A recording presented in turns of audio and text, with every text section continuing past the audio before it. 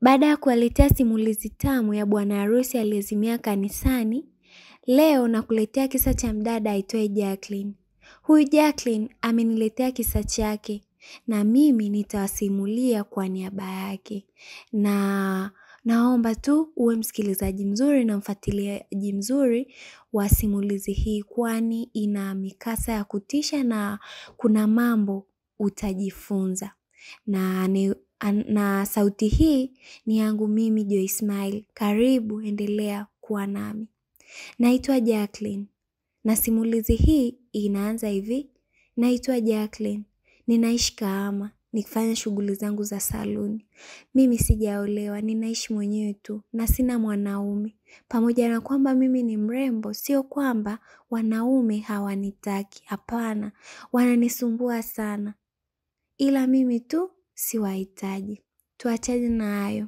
Dada Joy, mimi nataka nikusimulie kisa changu kilichonitokea ambacho kimenitoa umaskini na kunipa madeni. Ilikuwa ni siku ya Alhamisi. Siku hiyo ilikuwa ni siku ya send off ya rafiki yangu aitwaye Rachel. Kama kawaida, mimi nilikuwa nina mwaliko na nilikuwa mmoja wa wanakamati. Sherehe ilifanyika katika ukumbi maarufu hapo Kahama mjini. Siku hiyo nilijipamba vizuri. Si unajua tena shughuli ilikuwa kubwa. Hivyo, kila mtu alitakiwa apendeze. Basi ilipofika saa 12 nikatoka baada ya kujiandaa vizuri. Kwa kuwa sherehe ilikuwa inaanza saa 2 usiku, nikaona bora nipite katika club moja iliyopo Kahama. Nikapata angalau bia 2 ili nijiweke sawa. Nikiwa peke yangu, nikaingia ndani ya club. Nilipoingia, asilimia kubwa ya wanaume walinitazama, wengine wakionekana kunitamani, wengine walinishangaa tu. Nilifika nikaenda nikakaa kwenye meza iliyokuwa haina mtu. Baada ya kukaa, mhudumu akaja.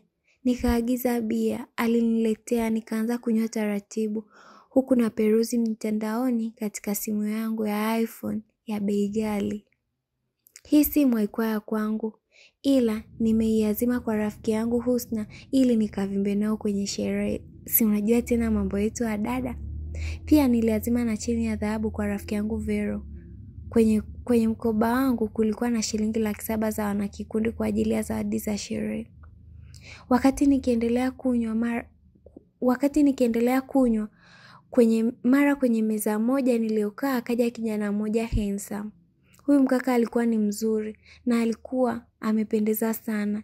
In short, alikuwa anavutia.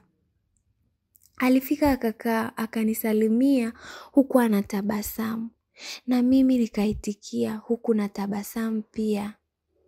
Yule kaka akamwita mhudumu, naye akaagiza kinywaji. Na aliagiza kinywaji cha bei ya juu kidogo. Aliletewa kinywaji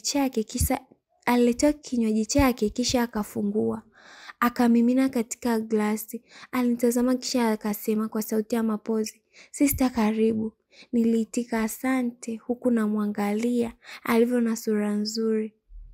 Na nilipomsikia lafudhi yake nikagundua ni Mkongo. Mara huyo kaka akanitazama tena. Kisha akanisifia, "Sister, umependeza sana, we ni mzuri." Kaka alisema huku ananitazama usoni. Nilijikuta nainama chini. Kiaibu fulani cha kike hakikosekani.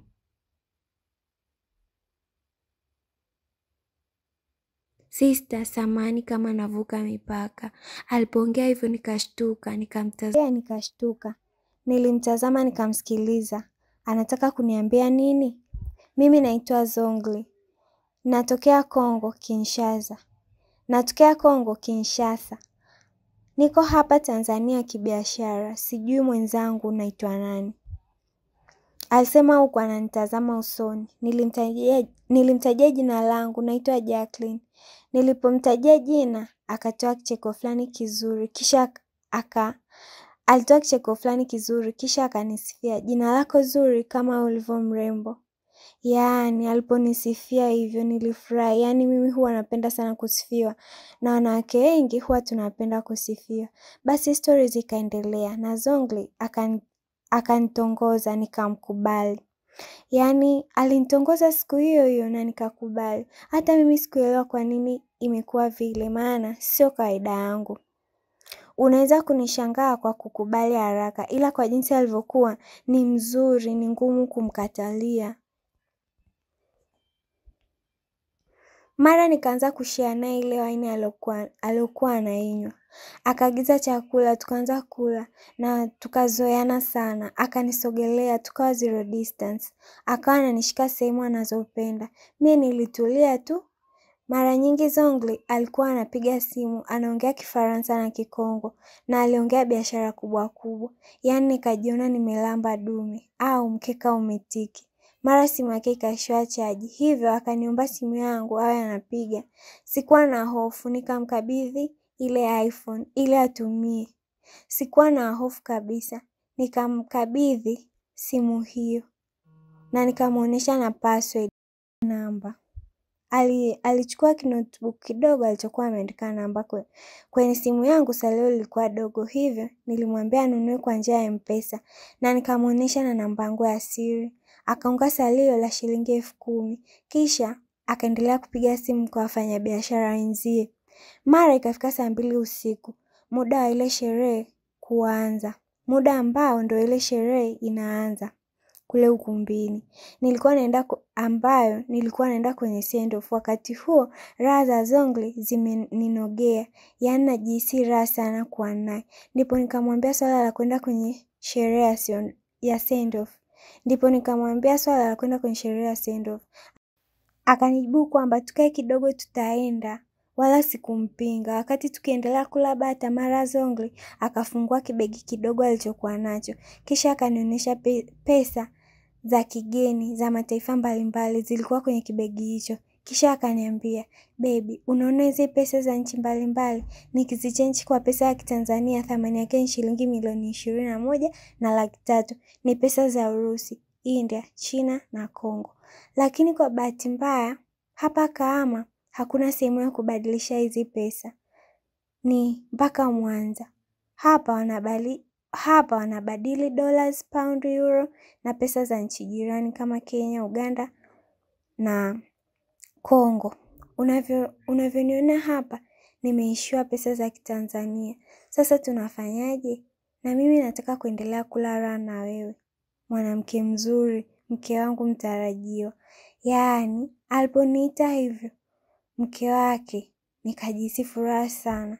Kisha akaendelea kuniambia, "Baby, huna akiba yote tutumie tuendelee kufurahia? Alafu kesho twende Mwanza, tukazichange hizi. Nitakupa nusu ya hizi pesa. Si nimekuambia thamani ya hizi pesa?" Alipoongea hivyo, nikamtazama. Nikajikuta na tabasamu, maana nilipiga hesabu, ina maana nusu ya hizi pesa ni shilingi milioni 10. Nilipanga kichwani nikizipata hizo pesa, nitaipanua biashara yangu. Pia nitaanza ujenzi kwenye kiwanja changu huko Manzese, hapa Kahama. Pia nitanunua kausafiri hata ka shilingi milioni 3 ili na mimi nivimbe hapa mjini. Nilizishika zile pesa za kigeni, nikaanza kuziangalia. Zilikuwa ni mpya. Zilikuwa noti kama 200 hivi. Ilikuwa ni mara yangu ya kwanza kuona pesa kama hizo.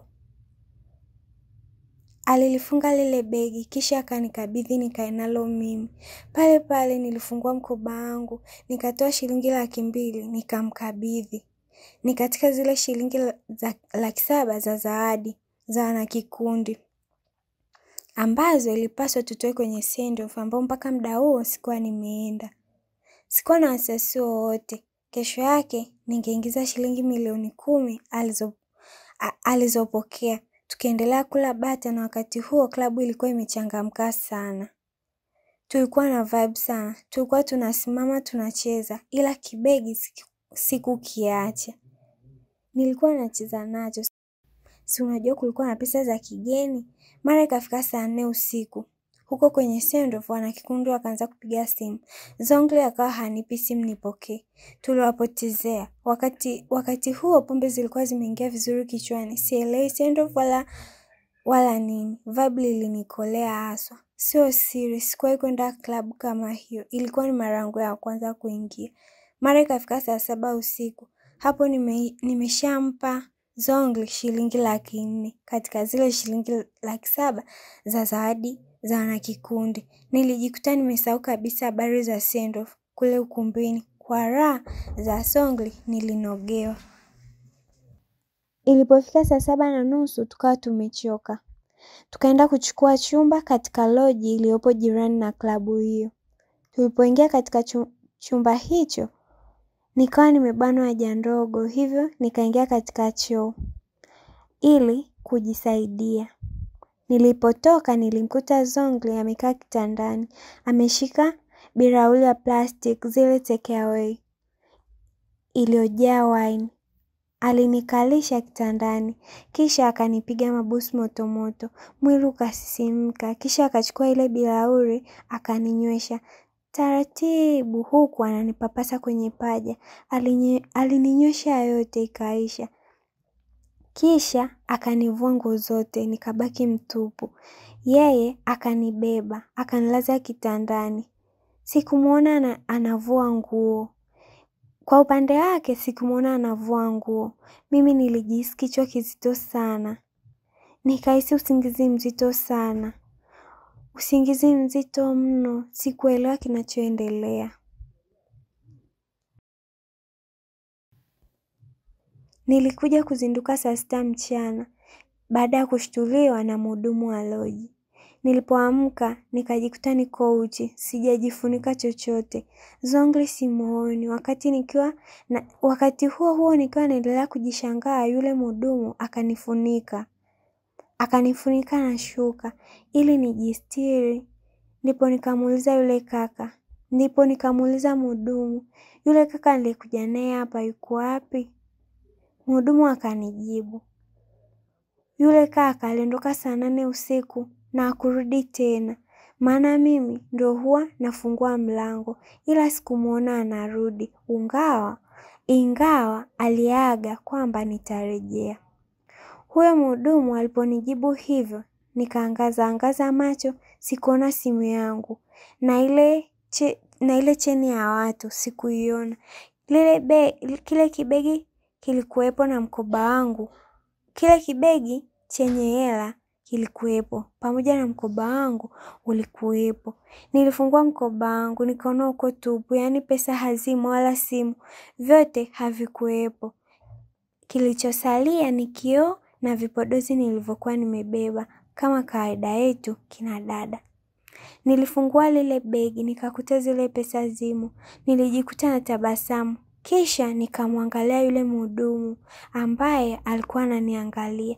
Ila ghafla nikajikuta nasimama. Nikataka kutoka nje uchi. Yule mhudumu akanishika, akaniuliza, wewe unaenda wapi? Unataka kutoka nje uchi? Hapana, haiwezekani. Naenda kumtafuta Zongli. Ametoka na simu ya watu na cheni. Nilisema huku nang'ang'ana kutoka, ila yule mhudumu alinidhibiti.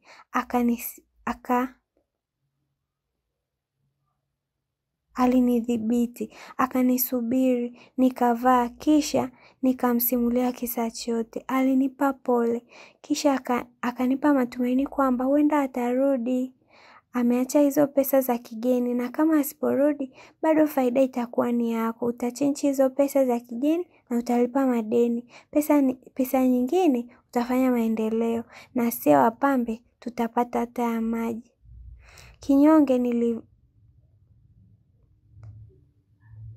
Kinyonge niliamua kujifunga taulo. Nikaingia bafuni, nikaenda kuoga ili kuondoa uchovu, maana nilikuwa nimechoka sana. Na kingine kilichonishangaza ni kuwa Zongli kutokunifanya lolote, yaani hakunifanya mapenzi. Na hicho kinywaji alichoninywesha, mbona kilinipa usingizi mzito? Ina maana nia yake ilikuwa ni nini? Au kuniibia simu na cheni? Lakini mbona ameacha hizi pesa zenye thamani zaidi ya alichoniibia? Labda atarudi, na nimeshampenda Zongli. Natamani angekuwa mume wangu. nilioga huku nawaza hivyo. Nilipomaliza kuoga nilivaa, kisha nikabeba kibegi na mkoba wangu. Nikatoka humo chumbani nikaenda kukaa reception. Huku namsubiri Zogli. Mhudumu akaingia kufanya usafi. Nilikaa hapo kwa takriban masaa 4, yaani mpaka saa 10 jioni, sikumuona Zogli akirudi. Nikaona isiwe tabu. Siwezi kusubiri mtu wakati nina pesa zake nyingi. Nisiwe mjinga. Acha nikafanya utaratibu nikachange hizi pesa nipate shilingi milioni 20. Akirudi anikuti. Nilimwaga yule mhudumu, kisha nikatoka kuelekea benki. Nikajaribu kuzichange hizo pesa. Na kama ni Mwanza nitaenda, nauli ya Mwanza siwezi kukosa mimi. Wakati nikiwa njiani naelekea benki, nikakutana na ndugu yangu anayefanya kazi benki. Ikabidi nimuonyeshe hizo pesa za kigeni. Aliziangalia kisha akaniuliza nimezipata wapi? Nikamdanganya nimepewa zawadi na wazungu. Alitoa simu yake kisha akagoogle ili ajue thamani ya zile pesa. Alipopiga hesabu akakuta thamani ya pesa zote ni shilingi 48,600 tu. Msikilizaji wangu, begi lote lile ambalo niliahidiwa kwamba ni milioni 20 na 300,000, baada ya kugoogle na kufuatilia tumekuta ni shilingi 40,600 tu. Alipoongea hivyo sikuamini. Nilichukua simu, nikaangalia na akarudia kupiga hesabu huku na mimi nikishuhudia kabisa. Baada ya kujua hiyo thamani, mara ghafla nikaishiwa nguvu. Nikaanguka chini, nikapoteza fahamu. Ikawa taharuki. Ilibidi huyo ndugu yangu atafute usafiri, nikapelekwa hospitalini. Nililazwa hospitali kwa siku 3. Nilipotoka watu wenye vitu vyao wakanidai pesa zao, simu na cheni. Vyote vilikuwa na thamani ya shilingi milioni 6 na 300,000. Wakanifilisi vifaa vyangu vyote vya ofisini na baadhi ya vitu vya ndani. Pia ikanibidi niuze kiwanja changu ili kulipia madeni.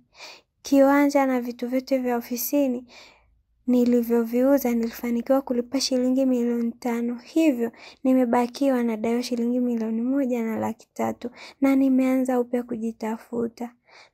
Na mpaka hivi ninavyoongea, ninavyokusimulia dada Joy, siwapendi kabisa wanaume. Siwapendi na nimejifunza sana. Tamaa sio nzuri. Tamaa sio nzuri kwetu mabinti na kwa watu wote. Ni mimi Jacqueline Magashi wa Kahama.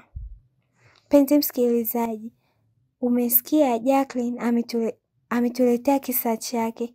Kinasikitisha, kina mama na kina dada, mmejifunza. Mpenzi msikilizaji, kisa chetu ndipo kilipoishia. Na natumaini kuna ulichojifunza. Lakini mimi ningependa kujua nini umejifunza, au pengine una story kama hii ambayo imewahi kukupata wewe, kisa cha kukutana na matapeli.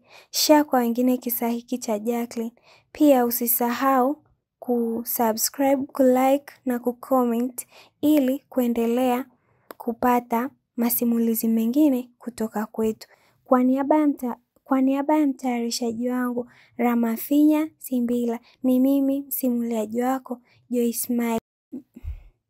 Bila kumsahau Adam Wakis, Mildam, Modo HD, Push Media, V msanii wa Bongo Flava toka pande za Mwanza, Meneja T-Mac, Victor Wise. Ulikuwa na mimi Joy Ismail. Tukutane tena katika kisa kingine. Bye bye.